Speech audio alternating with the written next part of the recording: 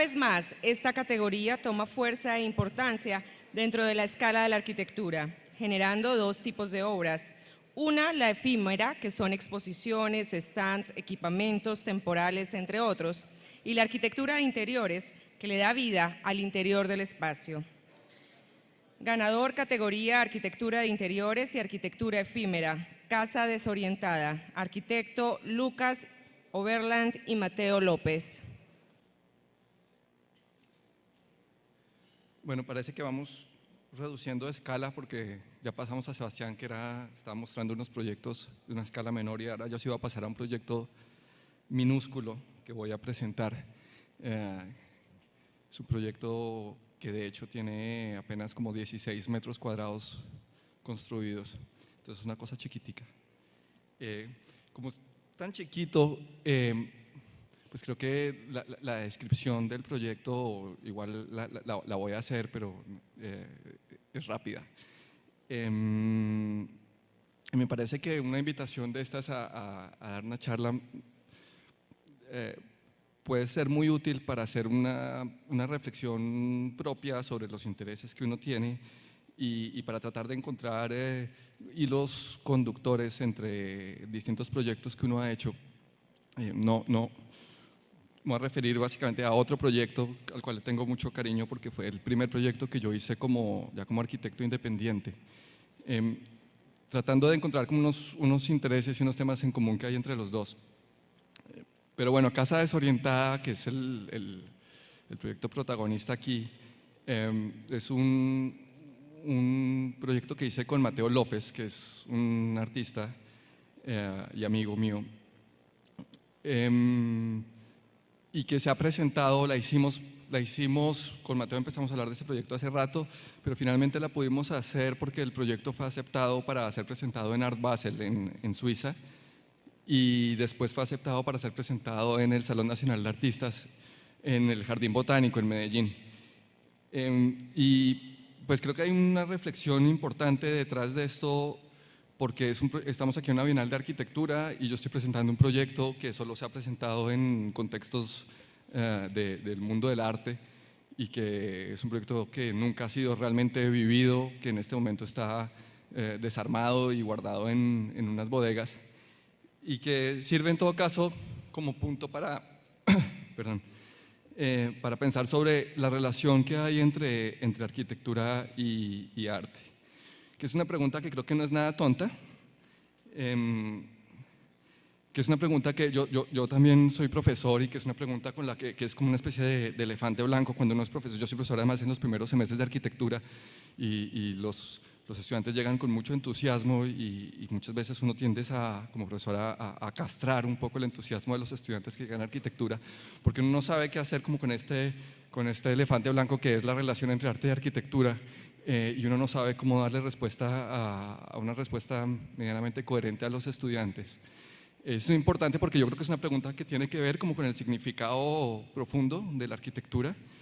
y que es particularmente relevante porque no es una pregunta que ha tenido sentido a lo largo de toda la historia.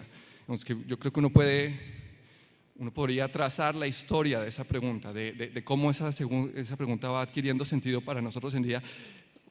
hoy en día, y cómo de hecho hay un conflicto en nuestra manera de entender la arquitectura hoy en día. Y digamos, uno podría encontrar, por ejemplo, un momento en el cual, a partir del cual esa pregunta se vuelve realmente relevante, que es a principios del siglo XIX con la fundación de la Escuela Politécnica y de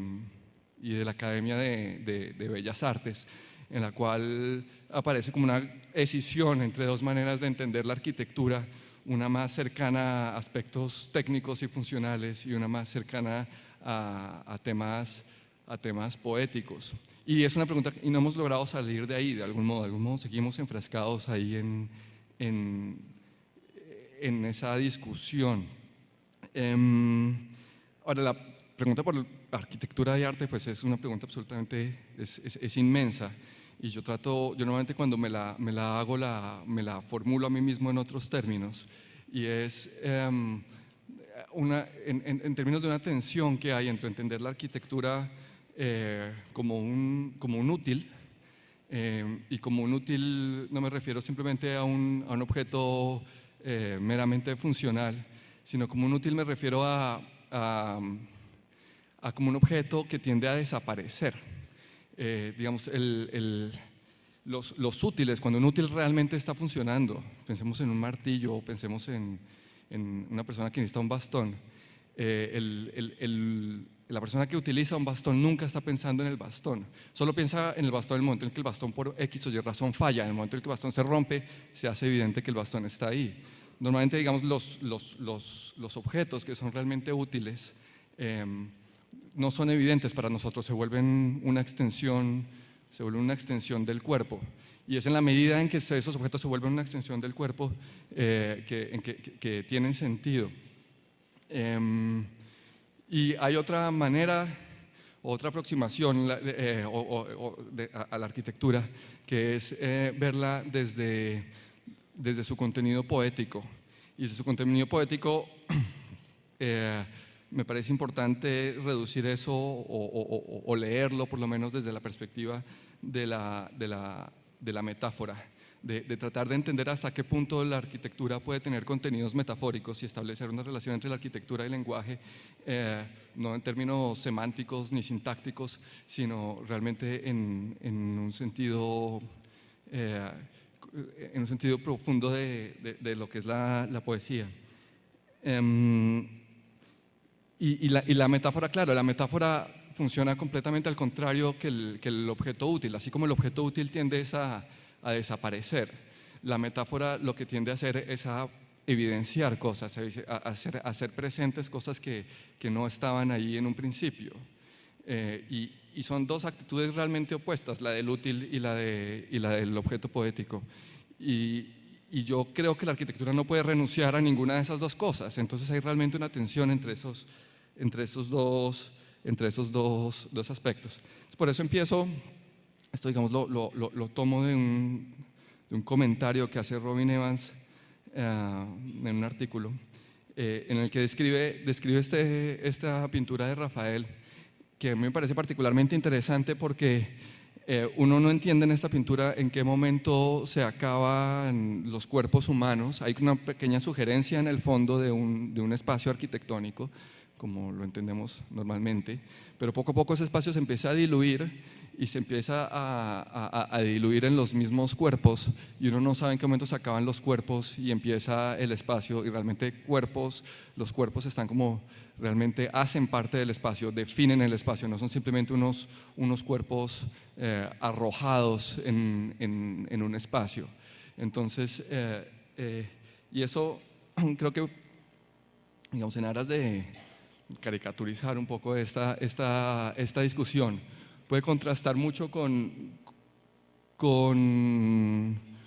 las pinturas de Piero La Francesca, de las ciudades ideales, en las cuales digamos, no hay una intención realmente, lejos de lo que normalmente se cree con el descubrimiento de la perspectiva en el Renacimiento. Las intenciones de fondo con la perspectiva no son unas intenciones de representación realista, sino que lo que hay es realmente un esfuerzo por tratar de evocar un orden geométrico que hay en la naturaleza. Entonces realmente en una pintura de estas lo que hay es un contenido poético muy poderoso de intentar entender a partir de la geometría y de las matemáticas el mundo. Pero claro, si ustedes se fijan, pasa todo lo contrario que el anterior. Aquí vemos es unos objetos absolutamente distantes, en los cuales de hecho no aparece ninguna persona, en los cuales hay una clara separación entre el objeto visto y el cuerpo humano que habita ese espacio.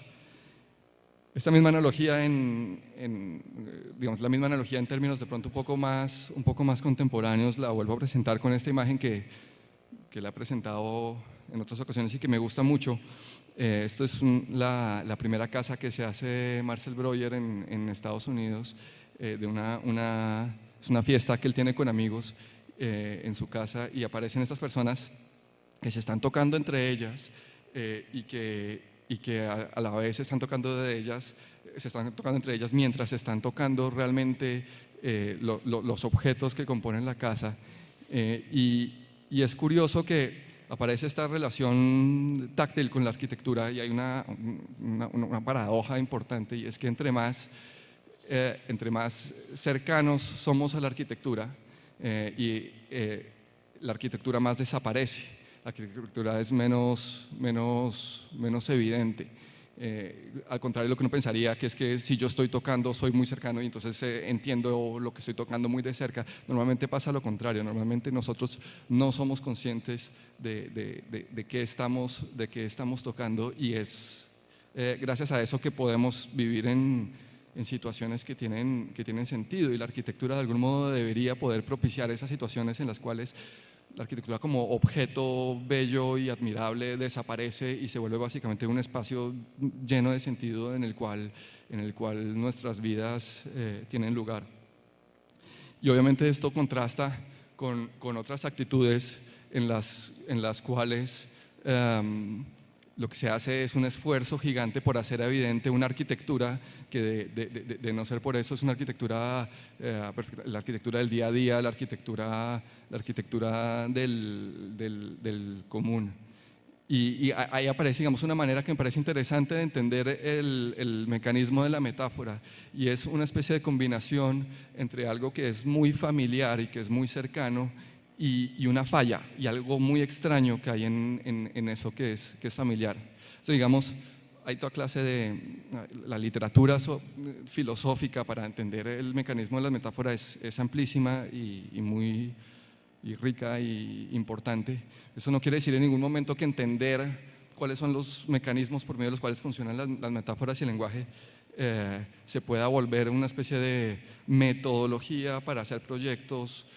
que tengan metáforas. Uno perfectamente puede entender cómo funciona una metáfora y hacer metáforas muy malas y muy poco relevantes y muy fuera de lugar. Es simplemente tratar de entender en qué consiste esto. Pero claro, digamos, yo estaba tratando de mostrar los polos opuestos y existen toda clase de maneras de conciliar estas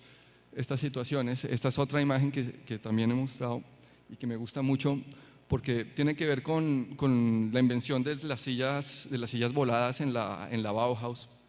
que eso finalmente se volvió un problema legal de derechos de autor entre Marc Stamm y Marcel Breuer, porque no se sabía quién había sido el que se la había inventado, pero esa discusión realmente no tiene ninguna importancia. Lo que es importante son las sutiles diferencias que hay entre estas dos posiciones.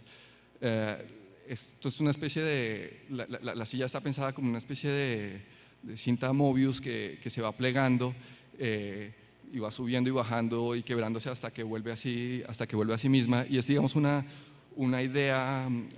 formal. Digamos, en nuestra tradición de Occidente, como veíamos en las pinturas de Piero della Francesca, la poesía se ha asociado siempre con ciertas idealizaciones formales, literalmente. Y aquí, claro, eso era lo que estaba persiguiendo Marc Stamm al crear la silla, que la silla de Marc Stamm es la que está a la izquierda, la que es negra con rojo. Y Breuer, no sé si antes o después, eso no importa, pero trabaja la misma idea con unas pequeñas diferencias. Y es que Breuer hace la silla con un tubo de un diámetro ligeramente más grueso, lo cual obviamente va en contra de la idea formal de la silla, porque las ideas puras y formales se deberían reducir en su dimensión material al mínimo. Pero cuando Breuer hace esto, lo que hace es que el tubo que compone la silla pues pasa de ser una varilla maciza a ser un tubo hueco, y entonces el tubo hueco tiene mucha más flexibilidad, y cuando uno se sienta la silla resorta un poquito y realmente es una silla mucho más cómoda. Además, Breuer hace en la parte baja de la silla, yo no tengo esta cosa. Breuer aquí en la parte baja de la silla le hace una pequeña curva de tal modo que la silla realmente pueda resortar bien, y en lugar de hacer el ángulo del espaldar a 90 grados como la idea formal y abstracta requeriría, Breuer le hace un pequeño codo a la silla de tal modo que finalmente la silla sea mucho más cómoda. Entonces en el proyecto de Breuer, digamos, él está tratando de incorporar de una manera muy unitaria los aspectos ideales y formales de la silla, con el hecho de que esa silla finalmente cuando se use uno pueda dejar de pensar que estoy sentado en la silla chesca de Breuer y concentrarse en la conversación que uno está teniendo con la persona que está enfrente. Hay otras maneras de conciliar estos distintos aspectos, y esto es simplemente un ejemplo de cómo la arquitectura de Herzog y de Meuron, que tiende a hacer esa arquitectura de formas muy sencillas y puras y simples, incorpora el aspecto de la temporalidad de la vida de una manera muy consciente y voluntaria, y al mismo tiempo incontrolada, en la medida que no hay un absoluto control de cómo esto va a envejecer, pero sí hay una predisposición de permitir que el edificio envejezca y incorpore pues casi que la mortalidad de las cosas en la obra. Bueno, entonces este es el proyecto al que me refería, es la Casa Andrade, que fue el primer proyecto que yo hice como arquitecto independiente, que tiene muchas peculiaridades. Está hecha en unos terrenos como medio baldíos, y mi cliente compró además dos terrenos que tenían, al quedar unidos, quedaba esto en forma de L, y era un proyecto como en el que era difícil situar una construcción que lograra de algún modo colonizar todo el terreno. Y se adiciona que las vistas importantes, esto es tierra caliente, esto es en Apulo, estaban orientadas hacia el oriente y hacia el occidente, y entonces a la casa se le iba a meter absolutamente todo el sol,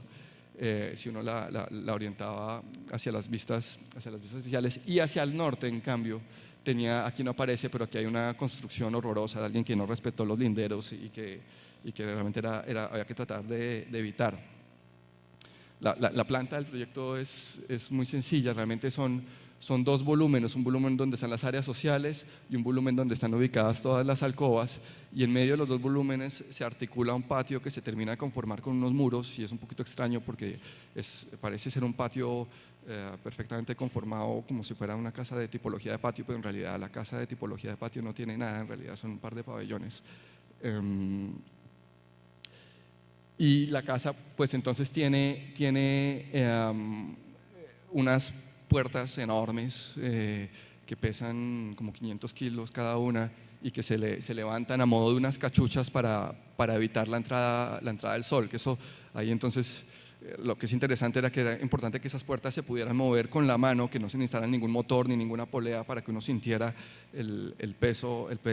la inercia propia de las puertas.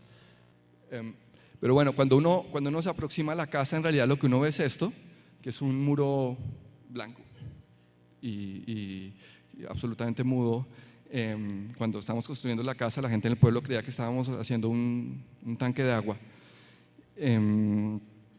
Y cuando yo realmente lo pensé siempre como una serie de muros blancos que se traslapan, pero cuando estuvimos terminando la casa, alguien le regaló a mis clientes esta campana, y yo en ese momento era todo un conflicto de si dejar o no poner la campana, pero en realidad creo que es clave, porque es precisamente ese elemento de familiaridad, que ya con la campana eso creo que no puede ser un tanque de agua. Y entonces bueno, y claro, uno se acerca a la casa y hay todo una especie de misterio sobre el acceso de la casa, porque uno no ve ninguna puerta ni ve por dónde se mete uno. Si uno mira la planta, uno entra a la casa, en realidad es por el patio, uno se mete por entre esta rendija que forman estos dos muros, uno entra a la casa, es por el patio, llega al patio, y el patio está siempre abierto. Cuando uno se va y quiere cerrar la casa se cierra este volumen por separado y este volumen por separado, el patio queda siempre abierto y uno entra bajando. Y bueno, aquí se ven cerradas las puertas de la alcoba, que cuando se abren se vuelven esta especie de cachucha que no deja entrar el sol, de la alcoba principal. Y digamos que era importante que detrás de toda esa abstracción simplemente una composición de muros traslapados, que no tiene mucho misterio, hubiera elementos como el de la campana que empiezan a dar ciertas ideas de que hay una vida detrás de esos muros. De ahí la importancia de la escogencia de ladrillo, que fue un ladrillo ladrillo de segunda, que no es un ladrillo reutilizado de demolición, sino simplemente en los chircales, dependiendo de la ubicación de los ladrillos en los hornos, siempre es inevitable que haya ladrillos que se quemen más y que otros queden más crudos, y esos los desechan y los guardan aparte y los venden, prácticamente los regalan, los venden baratísimos. Y era importante porque finalmente ese ladrillo, claro, los que son más cocinados tienen un tamaño, los que son menos cocinados tienen otro tamaño, y finalmente producen una rugosidad y una textura y una materialidad que es importante para empezar a acercar el edificio a una dimensión táctil. Aquí, digamos, la misma actitud abstracta de una composición formal que permite ciertas vistas muy limitadas en el interior del patio.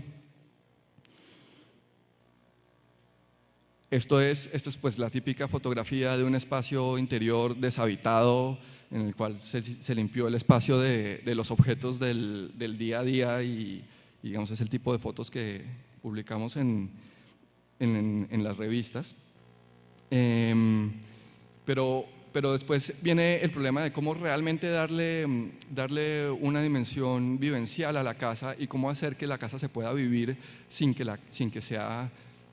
que uno esté todo el tiempo consciente de que uno está en esa casa. Hay un tema importantísimo de oficio de arquitecto, es el manejo de la escala de los espacios, en la cual es importante que haya elementos que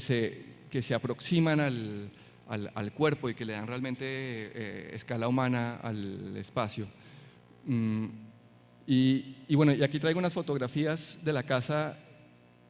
que fueron tomadas por un amigo fotógrafo que no es fotógrafo de arquitectura, y que entonces tiene una visión mucho más desprevenida de los edificios, y que realmente me gustan mucho más porque uno sí puede empezar a intuir cómo ese es un espacio con ciertas penumbras y con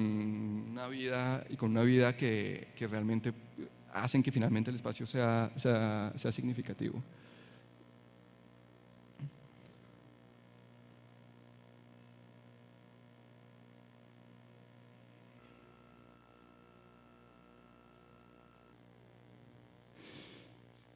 Bueno, y entonces entrando al proyecto de Casa Desorientada, el origen del proyecto tiene que ver con unos viajes de Mateo a Canadá y a San Andrés. A Mateo le invitan a hacer una residencia en Toronto, y él había estado también en San Andrés mirando que en San Andrés existía una tradición de desarmar las casas y volverlas a armar en lugares distintos de la isla. Coger una casa de madera, desarmarla completamente y volverla a ensamblar en otro lugar. Y bueno, y él tenía una idea, además de la madera con la que se construye en San Andrés y en Providencia es en su mayoría madera canadiense, y entonces como lo invitaron a esa residencia, su proyecto era desarmar una casa de San Andrés y Providencia, llevársela desarmada para Canadá y armarla allá. Obviamente los canadienses nunca iban a permitir eso, entonces nunca lo logró. Y casualmente en esa época yo estaba llegando a Colombia a vivir en Canadá, y en la CCA, en el Centro Canadiense de Arquitectura, había una exposición sobre casos en los cuales por una u otra razón ciertas casas o edificios habían tenido que trasladarse de lugar, y había un caso en particularmente interesante, que es el caso de Newfoundland, que eso queda en el lejano este canadiense, de unos pueblos pesqueros en los que vivían sin ningún tipo de apoyo y de soporte del gobierno, y entonces el gobierno empezó a hacer unos programas para trasladar a estos personajes a unos centros urbanos mucho más consolidados. Pero en ese traslado de reasentamiento no se llevaron solo a la gente, sino que se empezaron a llevar las casas mismas. Y entonces se encontraban maneras de transportar las casas. Muchas en el camino se terminaban hundiendo. Y pues estas imágenes son poderosísimas. Y realmente cuando uno ve esto, se plantea el problema de la orientación de la arquitectura. Es que creo que ahí es Simón José anoche nos dejó claro cómo la orientación que tiene un edificio no tiene que ver únicamente con por dónde sale el sol y por dónde se oculta, sino con cómo la arquitectura es capaz de articular una cantidad de cosas alrededor suyo y de darle sentido a toda una comunidad y de hacer finalmente que un lugar sea un lugar. Y cuando entonces uno empieza a pensar que hay arquitecturas que se pueden trasladar, pues toda esta idea nuestra muy arraigada de la arquitectura del lugar y pues empieza a cuestionarse. Y le aparece la pregunta por la orientación de la arquitectura, que además hoy en día empieza cada vez a coger más fuerza. Ahí, yo me acuerdo siempre mucho del libro de Carsten Harris, de la función ética de la arquitectura, en la cual él plantea cómo lo que él llama el destino del lugar cada vez es menos fuerte en nosotros. Para nosotros cada vez es más fácil movernos, no solo en nuestra ciudad o en nuestro país, sino en el mundo. Nos estamos moviendo todo el tiempo, la gente se está trasladando a vivir en lugares que son móviles, y eso, entonces Carsten Harris problematiza que qué pasa con la arquitectura una vez eso está pasando, cuál es la función de la arquitectura una vez lo que él llama el destino del lugar empieza a perder fuerza. Entonces la arquitectura pareciera ser en ese caso ser una cosa que simplemente sirve como de refugio pasajero para pasar la noche, que un refugio que tiene que cumplir con unas condiciones técnicas mínimas que sirve para pasar la noche, pero que realmente no interesa cuál es el espacio que articula en torno al edificio. Y aquí en cambio aparece con estas imágenes tan potentes, uno sí puede empezar a pensar que la arquitectura no tiene que estar necesariamente enraizada, pegada a un lugar para darle un sentido al espacio que la rodea, así esto sea solo durante un tiempo pasajero, durante un tiempo efímero. Claro, entonces uno se empieza a preguntar, bueno, ¿y cuáles son entonces esos elementos que sí pueden ser permanentes en la orientación de una casa? ¿Qué puede ser eso que le dé una continuidad al sentido de un proyecto? Y ahí fue que entonces empezamos a trabajar en el proyecto de casa desorientada, que es, en realidad es muy elemental, es un cubo de 440 por 440, al cual uno llega por la cubierta. Uno tiene que subir por una escalera de gato muy incómoda para llegar a la cubierta. Llega uno, baja una escalerita y baja la escalera y llega a un espacio que tiene los componentes mínimos de una vivienda. Tiene un pequeño espacio para estar, tiene una pequeña cocina, un sitio para comer, un baño, todo girando alrededor de un patio y en una especie de mezanín una cama. Aquí podemos ver básicamente cómo, aquí se puede ver el lugar del patio.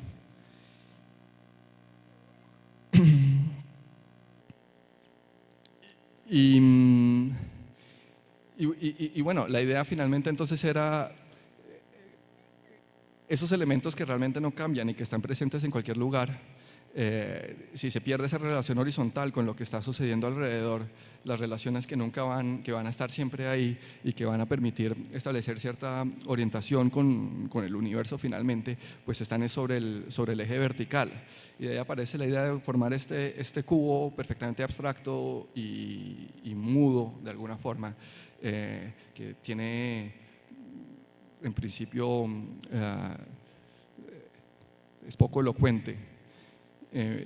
pero que en su interior tiene toda una vida llena de sentido y que tiene esta relación sobre el eje vertical con el cielo y la tierra, o en el caso de la casa con el cielo y el paso del agua, porque además uno por el patio ve el agua recorriendo. Y bueno, ya entonces técnicamente obviamente esto es una obra que efectivamente ya se ha desmontado y montado 2 veces. Y entonces tenía que ser una cosa que pudiéramos armar y desarmar fácilmente. Entonces es una estructura hecha armamos unas vigas con láminas de triplex, lo cual ayudaba para poder empezar a que las mismas láminas empezaban a dictar cómo debían ser los ensambles entre todas las piezas para que toda la casa se pudiera armarse y desarmarse a punta de ensambles. Esto es el montaje sobre piso en Art Basel. Y aquí se ve un resumen, digamos, de cómo funciona ese montaje. En Art Basel, que era la primera vez que la montábamos, nos demoramos como 2 días y medio. Después, cuando la montamos en Medellín, el proceso duró ya más o menos 1 día y medio porque ya le habíamos cogido el tiro. Aquí aparecen realmente unos ebanistas de altísima calidad suizos que contratamos para el montaje y que nosotros estamos orgullosísimos de nuestra casa, que funcionaba como un relojito y que se podía ensamblar toda. Y cuando ellos veían esto decían, esto tiene, la rusticidad de esta casa tiene un charme, ¿no? Y claro, esos eran unos ebanistas suizos que trabajan al milímetro y a la perfección. Era un poco absurdo realmente el montaje de esta casa en Art Basel, porque Art Basel funciona sobre la tierra. El espacio que teníamos para montaje apenas cabía la casa, entonces nos tocó quitarle el techito falso, y realmente se veía como un cubo insertado que no tenía mucho sentido. Ahí se puede ver bien la terraza, la escalera baja por acá para no llegar. La escalera de gato está ubicada en este punto. En Basel, además, a los señores de la galería les dio miedo que las señoras de Basel les fuera a dar susto subirse por la escalera de gato, y entonces nos obligaron a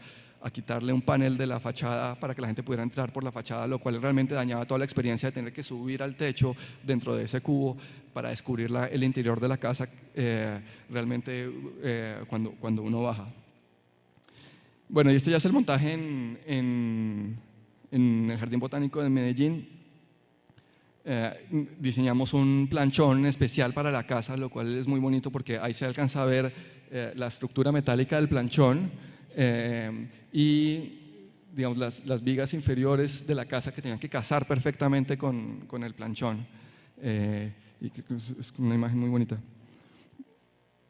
Y ahí ya estábamos montando la casa.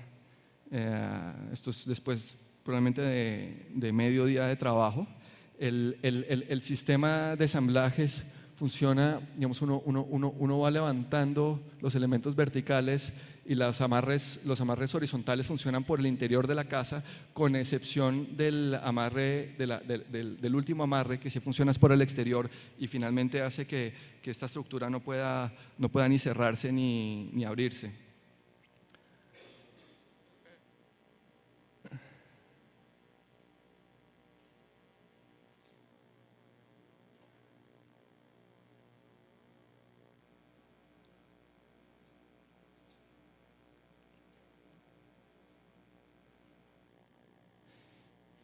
Bueno, y finalmente el patio, donde aparece la conexión entre el cielo y el agua. Es claro, el Jardín Botánico de Medellín además era el lugar ideal para montar esto, porque está lleno de todos estos lotus que son impresionantes. Ahí está Mateo subiéndose por la escalera, y esto es en pleno montaje.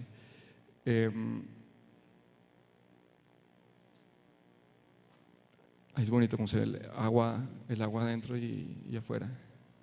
Y bueno, y finalmente cuando uno,